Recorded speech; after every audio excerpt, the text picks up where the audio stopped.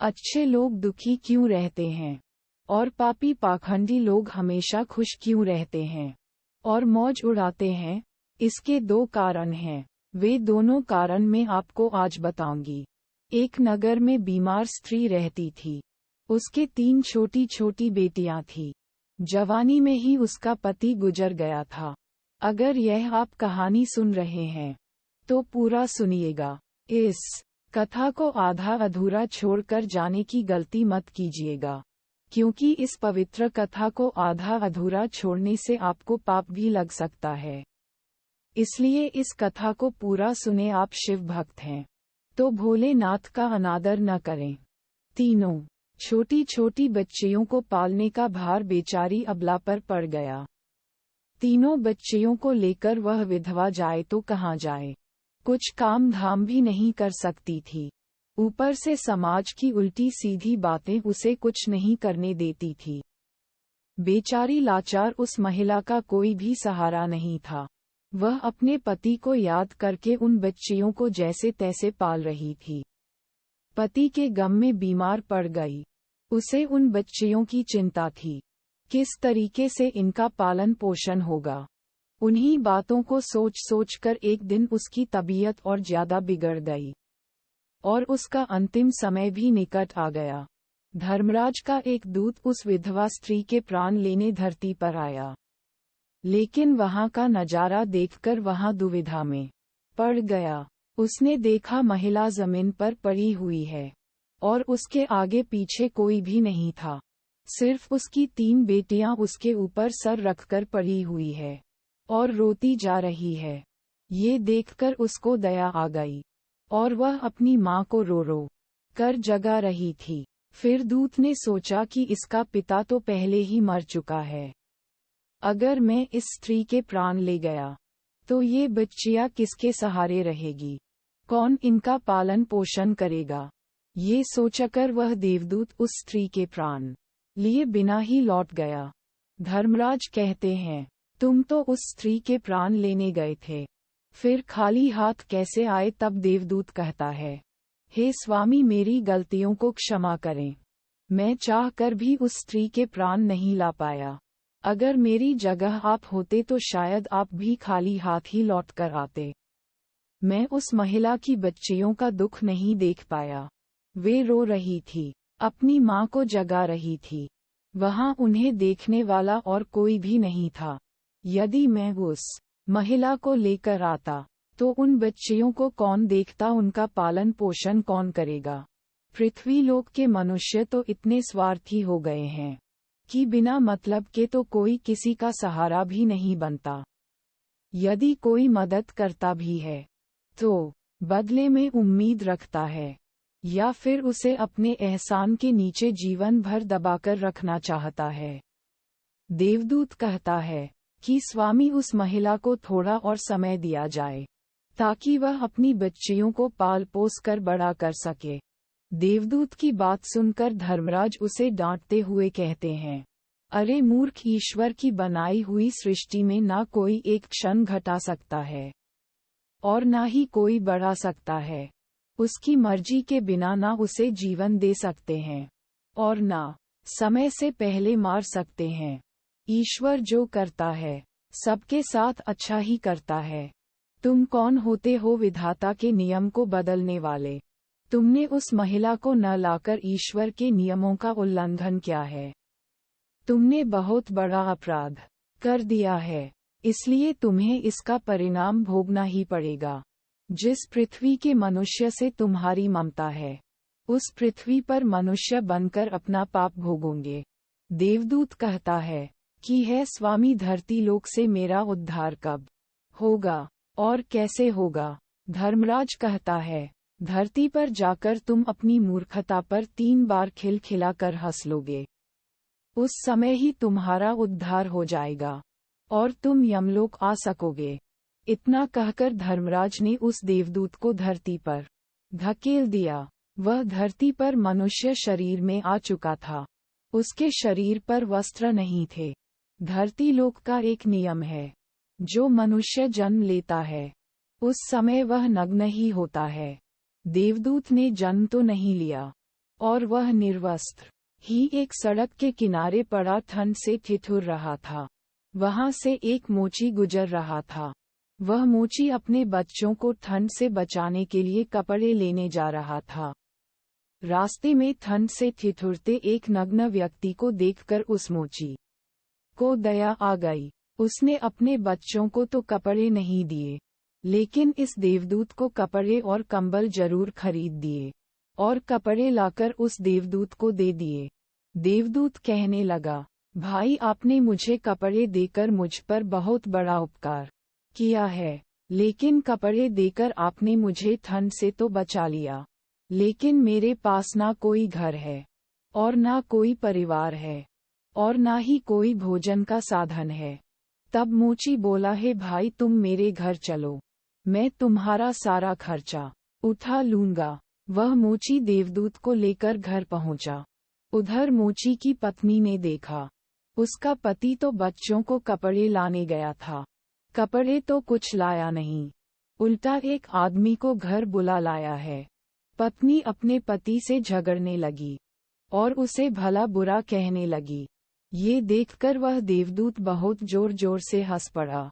मोची पूछा, अरे भाई तुम हंसते क्यों हो, ऐसा क्या देख लिया आपने? तब देवदूत ने कहा, भाई मेरी हंसी का रहस्य मैं आपको नहीं बता सकता, समय आने पर मैं तुम्हें खुद ही बता दूंगा। देवदूत मोची के घर में रहने लगा। क्योंकि वह एक देवदूत था, तो वह कुछ ही दिनों में मोची का सारा काम सीख लिया। देवदूत के द्वारा बनाए गए जूते और चप्पल खूब बिक रहे थे। कुछ ही दिनों में मोची धनवान बन गया। दूर दूर तक उसके जूते फेमस हो गए थे। यहाँ तक के राजा महाराजा भी उससे जूते बनवाने का आदेश देते थे। जब से देवदूत उसके घर आया था, उसकी तो किस्मत ही चमक गई थी। धन की कोई भी कमी नहीं रही, सब कुछ अच्छा चलने लगा। एक दिन की बात है, राजा का एक सैनिक चमड़ा लेकर उस मोची के पास आया और बोला, देखो हमारे महाराज इसी चमड़े के बने जूते पहनना चाहते हैं और ये चमड़ा बहुत कीमती है, आसानी से नहीं मिलता, तो ठीक से एक जोड़ी जूते तैयार कर दो और ये चमड़ा खराब नहीं होना चाहिए। इस बात का विशेष ध्यान रखना कि इस चमड़े से सिर्फ जूते ही बनना चाहिए, भूल से भी उसकी चप्पल मत बना देना। राजा का सैनिक चाम देकर चला गया। उधर मोची ने भी देवदूत को समझाया कि देखो राजा वाली बात है, इसमें कोई गलती न करना, चमड़ा भी बहुत कम है, इसीलिए चमड़ा खराब नहीं होना चाहिए। जूते की वह कह कर गया है, तो जूते ही बनाना। गलती से यदि चप्पल बना दी तो राजा कठोर से भी कठोर सजा देगा। मोची के इतना समझाने के बाद भी देवदूत ने चमड़े की चप्पल ही बनाई। चप्पल देखकर मोची की सांसें फूल गई। वह देवदूत को डराने लगा, यहाँ तक कि डंडा लेकर उस मारने के लिए दौड़ा, कहने लगा, अबे मूर्ख, बार बार समझाया था कि जूते ही बनाना, लेकिन तूने चप्पल बना दी।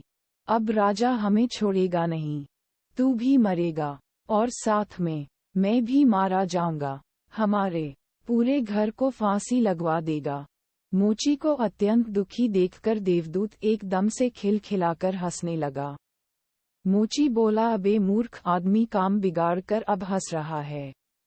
वह देखो जूते लेने राजा का सैनिक आ गया और बोला, मोची भाई, कल जो मैं चमड़ा देकर गया था उसके जूते मत बनाना, चप्पल बना दो, क्योंकि राजा साहब का देहांत हो गया और यहाँ की प्रथा है कि मरने वाले व्यक्ति को चमड़े की चप्पल पहनाकर अर्थी पर लेटाया जाता है। दूसरे दिन एक बुढ़िया के साथ 3 लड़कियां मोची की दुकान पर आई। उनकी शादी होने वाली थी और वे तीनों अपने लिए जूतों की नाप देने आई थी। देवदूत ने तीनों लड़कियों को पहचान लिया कि ये 3 वही लड़कियां हैं जिनकी मां को ना ले जाने के कारण आज मैं अपने किए की सजा भोग रहा हूँ। और ये लड़कियां काफी बड़ी हो गई है, लगता है अच्छे घर में पली बड़ी मालूम पड़ रही है।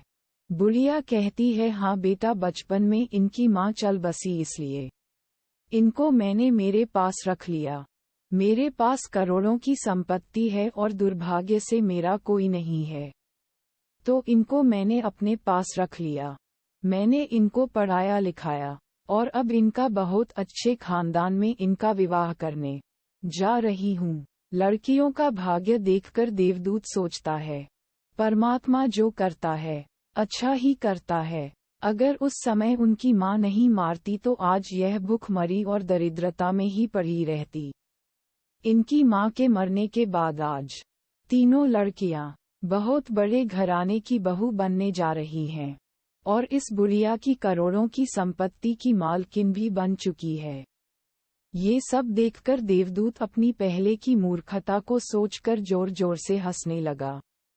मोची ने पूछा, आप क्यों हंस रहे हो? अपनी हंसी का कारण बताओ।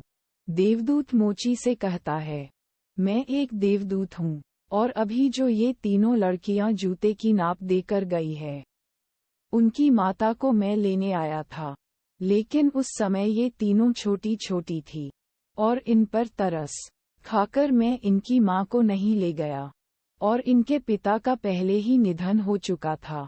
इस कारण मुझे धर्मराज ने श्राप देकर धरती पर भेज दिया। मैं बिना कपड़े के एक सड़क के किनारे पड़ा था, तब तुम मुझे अपने घर ले आए। उस समय तुम्हारी पत्नी तुमसे खूब लड़ी थी, क्योंकि तुमने अपने बच्चों के कपड़ों के पैसे से मेरे लिए कंबल और कपड़े खरीद लिए थे।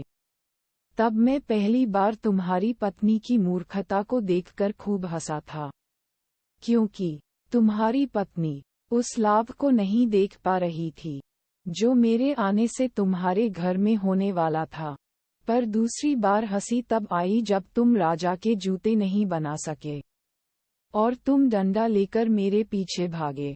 उसे समय तुम राजा के बारे में सोच रहे थे, लेकिन तुमको यह नहीं मालूम था कि राजा के साथ क्या घटना घटने वाली है, जिसके कारण राजा को जूते से अधिक चप्पल की आवश्यकता पड़ गई। कई बार ऐसा होता है, हम चीजों को देखकर या सोचकर दुख मानते हैं जो हम देख नहीं पाते, जो होने वाला होता है। कई बार परमात्मा हमारी अच्छाई या भलाई के लिए हमारे साथ बुरा करता है, पर हम उसे देखकर भगवान को कोसते हैं। हम अच्छे को नहीं देख पाते जो हमारे साथ भविष्य में होने वाला है।